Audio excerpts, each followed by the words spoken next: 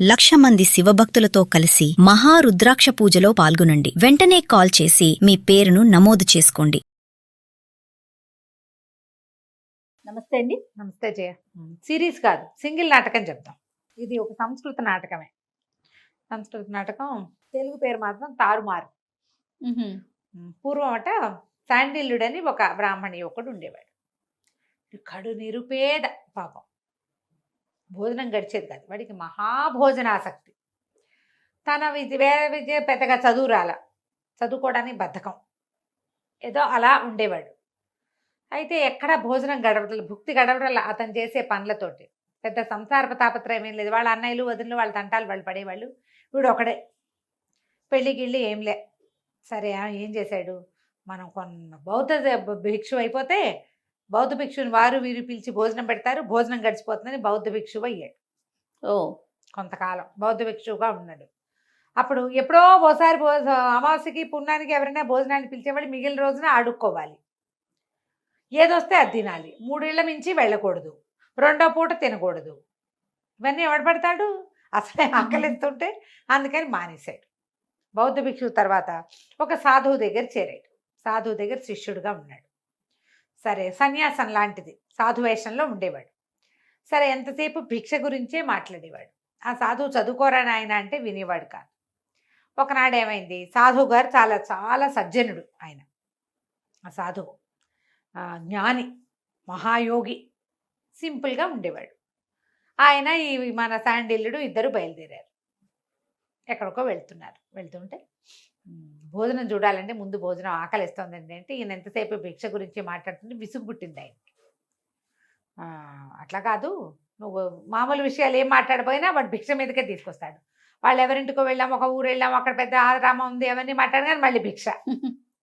ఆవు వ్యాసంలాగా చివరికి అన్నం మీదకే వెళ్తోంది అనమాట. వెళ్తూ ఉంటే సరే ఆయన ఏమన్నాడు, అక్కడ ఒక అశోక వృక్షాల తోట ఒకటి ఉంది, అశోక చెట్లు, అశోక వనం అనుకుందాం. ఆ అశోక వనాన్ని దాటి వెళ్తే అక్కడ ఇంకేదో ఊర్లోకి వెళ్తారు వీళ్ళు. అక్కడ భోజనం దొరుకుతుంది. అయితే తన అన్నాడు శాండిల్యుడు, అమ్మ బాబోయ్ అశోక వృక్షాల చిగుళ్ళ వెనకాల చిరుతపుల్లు దాక్కుంటాయిటండి, నాకు అసలే చచ్చేవయ్యా, మీరు ముందు వదండి అన్నాడు. అనేసరికి ఆయన అన్నాడు, నువ్వు చదువుకోరా, చదువుకుంటే ఇలాంటి పిచ్చి అపోహలు అవి పోతాయి. అశోక చెట్టు ఆ పైన ఉంటుంది, దాని చిగుళ్ళ వెనకాల ఆకాశంలో చిరుతపులు దాక్కోవటం ఏమిటి, కిందకి గుంపుగా ఉందనుకో పొదల వెనకాల దాక్కుంటాయి, వృక్షాల వెనకాల చిరుతపుళ్ళు ఎట్ట దాక్కుంటాయి, అదే కదా, పులి ఎట్ట దాక్కుంటుంది పైన, వాటి వెనకాల దాక్కోదు, ఎక్కితే చెట్టు ఎక్కుతుంది. పైగా ఇది మామూలు వనము, అడవి కాదు, వీటిలోకి ఎందుకు వస్తాయి, చదువుకుంటే కదా జ్ఞానం వచ్చేది. సరే ఇంతలో ఏమైంది, ఇట్లా మాట్లాడుకుంటూ వెళ్తున్నారు. ఈ అశోకవనంలో ఒక ఆవిడ వచ్చి కూర్చుంది. ఆవిడ పేరు వసంతసేన. ఈ వసంతసేన ఆ ఊళ్ళో ఉన్న ఒక గణిక కూతురు. ఈ అమ్మాయి ఒక పరభృతిక అని ఒకటి, తర్వాత మధురిక అని ఇద్దరు స్నేహితురాళ్ళతోటి కలిసి ఈ అశోకవనానికి వచ్చింది. ఈవిడికి రామిలకుడు అని ఒక ఫ్రెండ్ ఉన్నాడు. లోపలికి వచ్చాక ఏం చేసి, పేర్లు బాగున్నాయి, ఈ మధురికని నువ్వు పోయి అది తీసుకురా, నువ్వు రామిలకుడిని పిలుచుకురా, మేమిద్దరం లోపల ఉంటాము అని చెప్పింది. అశోకవనం లోపలికి నడిచి వెళ్తూ ఒక చెట్టు కింద కూర్చుని హాహాహా అని చక్కగా పాట పాడుతుంది. పాడుతుంటే ఆ పాట ఇవి ముందు నడుస్తున్నారు కదా సాధువు గారు శాండిల్యుడు, వీళ్ళిద్దరికీ వినపడింది. వినపడేసరికి ఆ పాట ఎంజాయ్ చేయడం మొదలుపెట్టాడు అతను. ఎంత బాగుంది పాట, ఈ పాట పాడే అమ్మాయి ఎంత బాగుంటుందో ఇవి ఆలోచించుకుంటున్నారు. ఆలోచిస్తుంటే ఏమైంది, ముందుకెళ్ళి గురువుగారు ఈ పాట వినండి ఎంత బాగుందంటే, ఏముంది ఆ పాటలో, సంసారం వదిలిపెట్టుకున్నాం, మనకి ఇట్టవన్నీ ఉండకూడదన్నాడు. ఈ లోపల ఈ అమ్మాయి పాట సంగీతం అని సంగీతం వినపడుతున్న వైపుకి దారి తీశాడు శాండిల్యుడు. దారి తీస్తే ఆ పిల్ల ఎంత అందంగా ఉందో. ఇద్దరు కబుర్లు చెప్పుకుంటున్నారు అమ్మాయిలు ఇద్దరు, హీరోయిన్ వాళ్ళు చెలికెత్తాను. వీడికి ఏమర్థమైంది, ఈ పిల్ల వేశ్య గారి కుమార్తెని, ధనం ఉన్న వాళ్ళకి ఈమె దగ్గర యాక్సెస్ ఉంటుంది. అయ్యో ఇప్పటిదాకా వాడికి ఆకలిస్తుంది, తిండి మీద ఉందా, సౌందర్యవతిని చూసేసరికల్లా అమ్మాయి మీదకి పోయింది మనం. చూడండి, అయ్యో నా దగ్గర డబ్బులు లేవే, ఉంటే ఈ అమ్మాయి దగ్గరికి వెళ్ళగలిగేవాడినే నేను, ఇట్లా రకరకాల ఊహాపోహాలు చేస్తున్నాడు. ఇంతలో ఏమైంది, ఏవో పువ్వులు కనపడ్డాయి. ఆ పువ్వులు కోద్దామనుకున్నారు అమ్మాయిలు ఇద్దరు. ఈ పిల్ల ఎగిరెగిరి కోయబోతోంది. ఇంతలో ఏమైందట, ఈ వసంతసేనకి జీవితకాలం అయిపోయింది. ఒక యమభట్టుడు ఒకడు వచ్చి అక్కడ చెట్టు పక్కన నిలబడి ఉన్నాడు. అయ్యో. ఈ పిల్ల ఆయుష్ తీరంగానే తీసుకుపోవటానికి, ఆయుష్ తీరటానికి అమ్మాయి ఏదో ఒకటి చెయ్యాలి క్రియ. పువ్వులు కోయటం కోసం ఓ చెట్టు పక్కన నిలబడి ఎగిరి కోస్తుంటే చెట్టు పక్కగా ఒక చిట్టి పుట్టదు. ఈ యమభట్టుడు ఇమీడియట్గా సర్పంగా మారి ఆ పుట్ట మీదకి కాలేసి ఎగరబోతున్న అమ్మాయిని కాటేశాడు. కాటేయంగానే అమ్మాయి కేకలు పెట్టి పడిపోయింది. పాము కరిచింది, చూశారు. ఇది ఇంకా చచ్చిపోలే, పడిపోయింది కేకలు పెడుతూ. పడిపోయేసరికి ఈ పరభృతికి అయ్యో అయ్యో ఏమైందమ్మా అంది. చూస్తే పాము కాటు కనపడుతోంది. అక్కడి నుంచి ఆ పిల్ల ఏడవటం మొదలుపెట్టి అయ్యో వీడు కంగారు పడిపోయాడు, అయ్యో అయ్యో పాము గరిచిందండి, అమ్మాయి చచ్చిపోయేలాగా ఉందండి అంటే గురువుగారు అన్నాడు, ఏముందిరా కాలం తీరిపోయింది, కర్మలు నశించినాయి అనమాట ఈ జన్మలో, అందుకని పోయిందంటే వీడికి ఒళ్ళు మండిపోయింది. గురుగారు ఎంత దుర్మార్గుడు, పిల్ల చూస్తే ముట్టుకుంటే మాసిపోయేలాగా ఉంది, అంత చక్కగా సంగీతం పాడింది, అది చచ్చిపోతుంటే కర్మంటాడా, అయ్యో అనద్దు. అదే కదా. పరిగెత్తుకుంటూ అక్కడికి వెళ్ళేసరికల్లా దగ్గరికి వెళ్తే ఈ అమ్మాయి వస్తే మా అమ్మకి నా నమస్కారాలు చెప్పు, రామిలకుడికి చెప్పు, నేను నా పంచప్రాణాలు వాడేనని అని కాస్త ప్రాణం వదిలేసింది. చచ్చిపోయేసరికి దగ్గరికి వెళ్ళేసరికి అప్పటిదాకా పాడుతూ చేతులు చాపుతూ మహాసౌందర్యవతిగా కనపడ్డ అమ్మాయి అట్లా నిశ్చేష్టగా చచ్చి పడుండేసరికల్లా ఈ శాండిల్ ఓ అని పెద్ద పెట్టును ఏడ్చి కూర్చున్నాడు దాని దగ్గర. దుఃఖం వస్తుంది చూడు ఎవరైనా చనిపోయేసరికి. ఈ పరభృతికి నిర్ఘాంతపోయింది, వీడెవడో మహానుభావుడు వచ్చేస్తున్నాడు, ఎందుకు ఏడుస్తున్నాడు అర్థం కాలే. కానీ తర్వాత ఏమనిపించింది, ఈయన సాధు వేషంలో ఉన్నాడు, ఎంత దయాద్ర హృదయుడు. అదే కదా. పరాయి పిల్ల ఎవరితో చనిపోతే అది కూడా గణిక పాపం, చచ్చిపోతే ఏడుస్తున్నాడని అయ్యా శవం చూస్తూ ఉండండి, మళ్ళీ వాళ్ళ అమ్మని పిలుచుకొస్తాను అన్నది. అనేసరికల్లా వీడి దాని దగ్గర కూర్చుని అమ్మాయిని తన దగ్గరికి శవాన్ని దగ్గరికి తీసుకుని ఏడవటం మొదలుపెట్టాడు. అయ్యో పిల్ల బతికుండగా ముట్టుకోలేకపోయానే, చచ్చిపోయింది దాన్ని ముట్టుకోవాల్సి వచ్చింది, నా జీవితం ఎంత ఇదైపోయిందని వాడు తెగేడు చేస్తున్నాడు ఆ అమ్మాయి కోసం. గురువుగారు కూడా ఆశ్చర్యపోయారు, ఓరిని వీడేమిటి ఇలా ఉన్నాడు, వీడికి ఇప్పుడు ఏమిటి ఈ అమ్మాయే కావాలి వాడికి, నేనేం చెప్పినా వాడు విండు. అందుకని ఆయన ఏం చేశాడు, సరే మనం అమ్మాయిగా మారి వీడికి బుద్ధి చెప్దామని తన శరీరాన్ని చెట్టు వెనకాల విసర్జించి ఈ అమ్మాయి శరీరంలోకి పరకాయ ప్రవేశంతో వచ్చేసాడు. వచ్చేసేసి కళ్ళు తెరి చూసేసరికల్లా తెల్లబోయాడు. అమ్మాయి లేచావా అన్నాడు. లేచాను, ఇదేమిటి మురిగ్గా ఉన్నావు, నువ్వు నన్ను ముట్టుకోబోక కాళ్ళు చేతులు కడుక్కుని అప్పుడు ముట్టుకుందు కానీ లేచెళ్ళు నువ్వని. వీడు నిర్ఘాంతపడి పిల్ల ఎంత పవిత్రురాలు, అవటానికి గణిక కూతురని పిల్ల చాలా మంచి బుద్ధిమంతురాలని పోయి కాళ్ళు చేతులు కడుక్కొచ్చేసరికల్లా ఈ అమ్మాయి వసంతసేన రూపంలో ఉన్న గురువుగారు అన్నారు, చక్కగా చదువుకోకూడదు నువ్వు, చదువుకోవాలి, నువ్వు బాగా చదువుకోవాలి, చదువుకుంటే జీవితంలో చాలా అన్నీ వస్తాయి.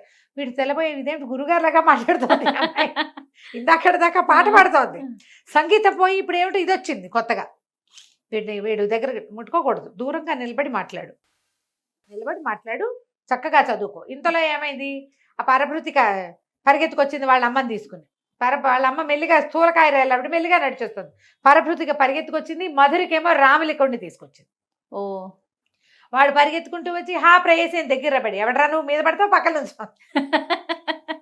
ఆ రామిలకుడు తెల్లబడి, ఇదేంటి ఏమైంది, నీకు కోపం వచ్చిందా, నేను లేటుగా వచ్చానని నేను వెళ్ళి చెంగు పుచ్చుకుపోయాడు. చిచ్చి చెంగొదులు వెధవ నల్లమోహన్ నువ్వును, ఎవడరా నువ్వు ఆడవాళ్ళు ముట్టుకుంటావో అని కాదు. వీని ఎట్లా గుర్తుపడతాడు, గురువు గారు వసంతసేన వేషంలో ఉన్నాడు కానీ రామిలకుడిని గుర్తుపట్టలేడు, ఆయనకి తెలియదు కదా.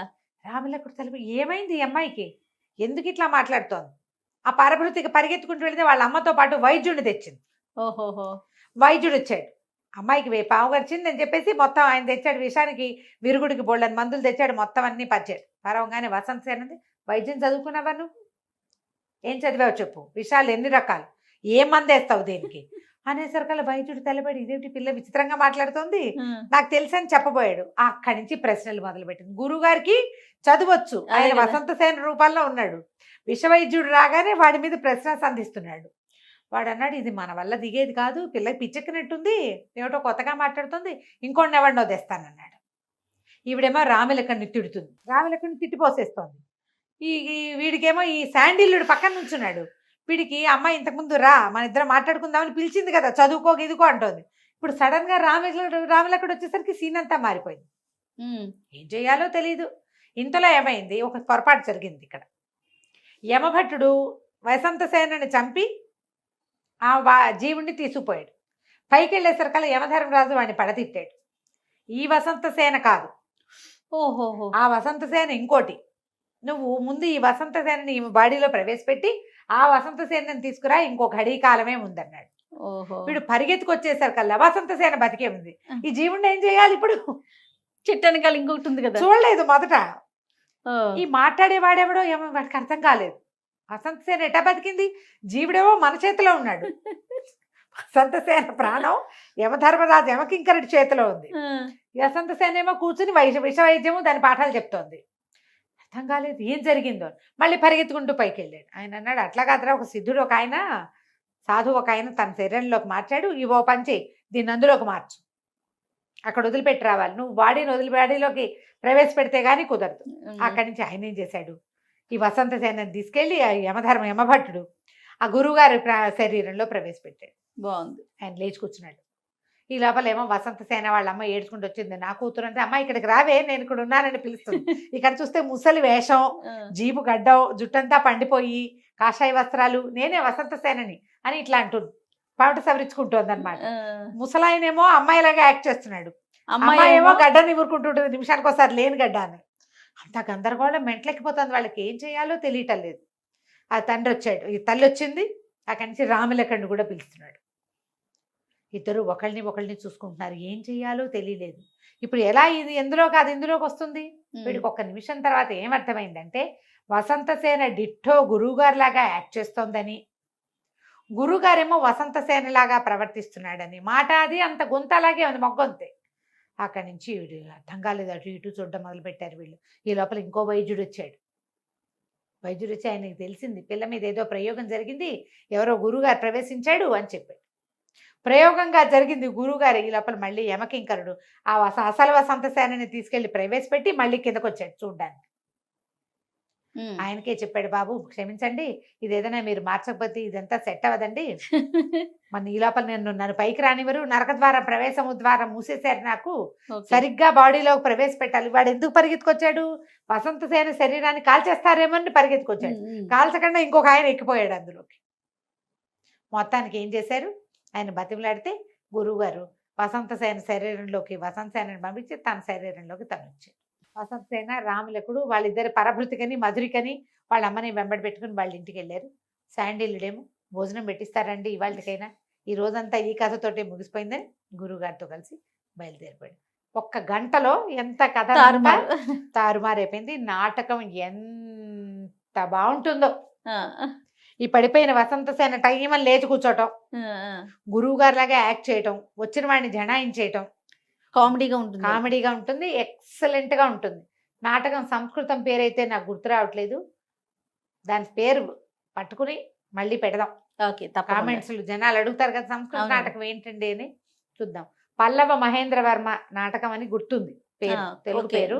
దీని సంస్కృత నాటకం కూడా నాకు తెలుసు, ఆ పేరు జ్ఞాపకం రావట్లేదు. కథ కంచికి మనం ఇంటికి. నమస్తే రమ్మగారు. నమస్తే.